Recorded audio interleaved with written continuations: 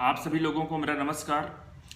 SARFAESI act की proceeding किस प्रकार से निरस्त करा सकते हैं? बैंक ने जो आपके खिलाफ मनमानी पूर्व तरीके से आपकी प्रॉपर्टी बेच दिया है या फिर यूं कहें कि सरफेसी रूल्स का पालन नहीं किया है, तो किस प्रकार से आप नीलामी को निरस्त करा सकते हैं, बैंक से अपनी प्रॉपर्टी वापस पा सकते हैं।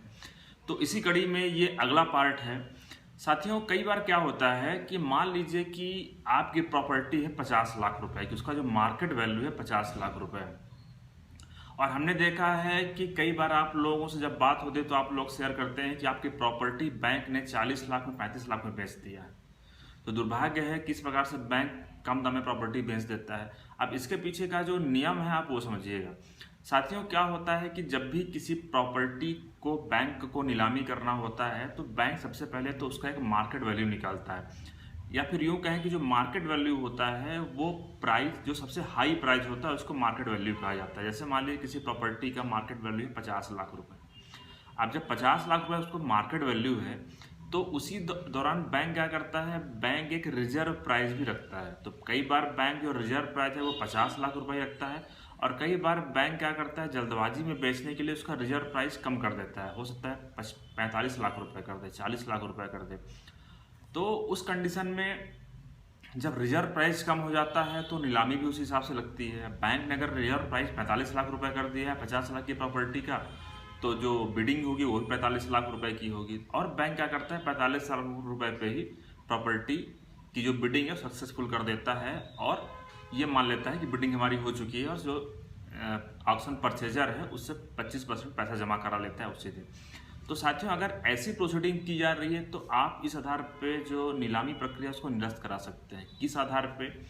यहाँ पे साथियों जो नियम है, अगर आप सरफेसी रूल्स का सेक्शन 9(2) देखेंगे, उसमें बताया गया है कि पहली बात तो ये है कि बैंक को जो है तो जो मार्केट वैल्यू है उसी के हिसाब से प्रॉपर्टी बेचना होता है।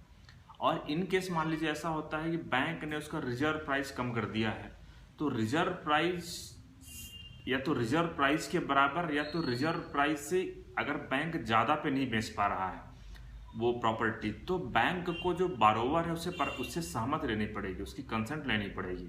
जैसा हमने आपको बताया 50 लाख रुपए मार्केट वैल्यू था, 45 लाख रुपए रिजर्व प्राइस कर दिया। अब प्रॉपर्टी जो बिकी वो 45 लाख रुपए पे ही बिकी है। तो अगर 45 लाख रुपए पे ही बैंक उस प्रॉपर्टी को बेच रहा है जो कि रिजर्व प्राइस है सेम वैल्यू पे, तो वहाँ पे बारोवर की कंसेंट लेनी पड़ेगी। अगर बारोवर सहमति देगा तो ही प्रॉपर्टी बिकेगी। अगर बारोवर से सहमत नहीं लिया है तो वो सेक्शन 9(2) का वायलेशन माना जाएगा। इस आधार पे आप प्रोसीडिंग को निरस्त करा सकते हैं।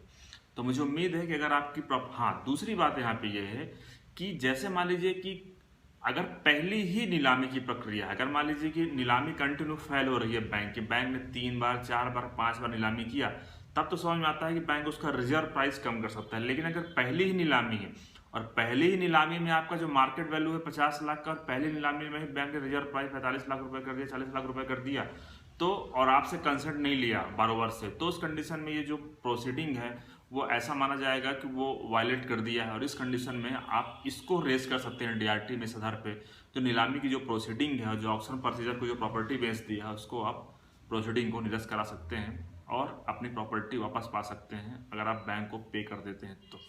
धन्यवाद साथी।